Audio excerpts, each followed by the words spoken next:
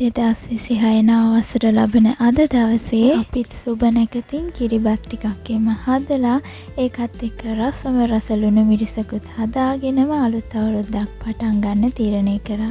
Cake එකක් එක්ක කෙසෙල් ඇවරියක් තිබ්බේ නැත්තම් මේසෙ සම්පූර්ණ නෑ කියලා හිතුණා. ඒත් එක්කම අපිම හදාගත්තු ඉටිපන්දම් හෝල්ඩර් එකත් අද අපි හාහා පුරා කියලා පත්තු කරා. අපි ආසයි දැනගන්න ඔයාලගේ අද දවස කොහොමද ගෙවුනේ කියලා කමෙන්ට් එකක් දාන්න. මොනවද ඔයාලා විශේෂයෙන් අද දවසේ කරේ කියලා.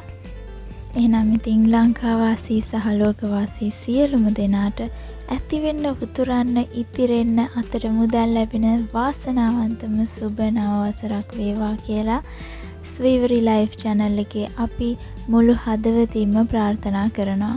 ඒ වගේම විපතටපත් වුණ සියලුම දෙනාට ඉතා ඉක්මනින් යථා තත්ත්වයටපත් වෙන්න හැකියාව ලැබේවා කියලත් අපි ප්‍රාර්ථනා කරනවා.